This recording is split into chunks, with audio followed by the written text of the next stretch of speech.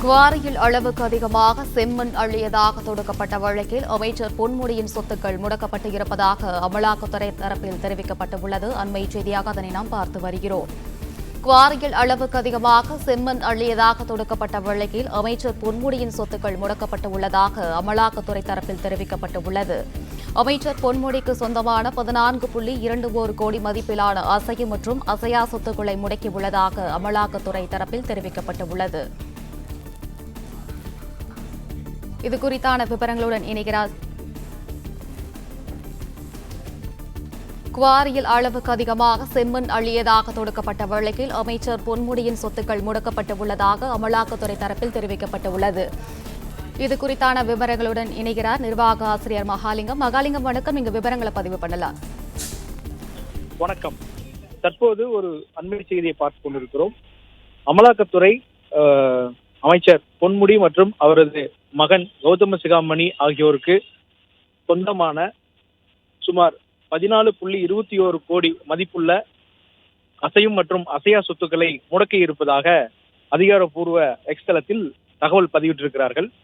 அதாவது சட்டவிரோதமாக அனுமதிக்கப்பட்ட அளவை விட கூடுதலாக விழுப்புரம் மாவட்டத்தில் செம்மண் அள்ளப்பட்ட விவகாரம் தொடர்பாக லஞ்ச ஒழிப்புத்துறை ஏற்கனவே வழக்கு பதிவு செய்து விசாரணை மேற்கொண்டு வந்தார்கள். இந்த வழக்கில்தான் பொன்முடி தொடர்ந்து நீதிமன்ற விசாரணைக்கு உட்படுத்தப்பட்டார். தற்பொழுது அதே வழக்கை அமலாக்கத்துறை கையில் எடுத்து இது சம்பந்தமாக வழக்கு பதிவு செய்து விசாரணை மேற்கொண்டு வந்தார்கள். அந்த நிலையில்தான் தற்பொழுது 14.21 கோடி மதிப்புள்ள அசையும் மற்றும் அசையா சொத்துக்களை அமலாக்கத்துறை தற்பொழுது முடக்கியிருப்பதாக தகவல் சொல்லப்பட்டிருக்கிறது. இந்த சொத்துக்கள் எங்கு இருக்கின்றன, எது மாதிரியான சொத்துக்கள் என்ற முழு விவரங்களை இன்னும் சற்று நேரத்தில் அமலாக்கத்துறை தரப்பில் வெளியிடப்படும் என்ற தகவலும் தற்பொழுது சொல்லப்பட்டிருக்கிறது. பொன்முடி மற்றும் அவரது மகன் மற்றும் அவருடைய உதவியாளர்கள் என பலர் இந்த வழக்கில் குற்றவாளியாக சேர்க்கப்பட்டிருந்தார்கள். லஞ்ச ஒழிப்புத்துறை பதிவு செய்திருந்த வழக்கின் அடிப்படையில் அமலாக்கத்துறை இந்த வழக்கை கையில் எடுத்திருந்தது. அதில் தான் இந்த நடவடிக்கை என்பது எடுக்கப்பட்டிருக்கிறது.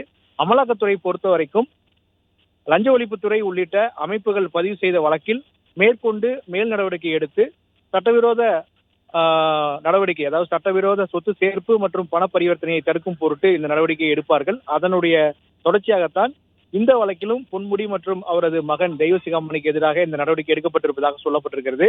இன்னும் எந்தெந்த முடக்கப்பட்ட இந்த 14.21 கோடி மதிப்புள்ள சொத்துக்கள் எங்கிருக்கின்றன என்ற பட்டியல் இன்னும் அமலாக்கத்துறை தரப்பிலிருந்து வெளியிடப்படவில்லை. இன்னும் சற்று நேரத்தில் வெளியாக கூடும் என்ற எதிர்பார்ப்பு இருக்கிறது.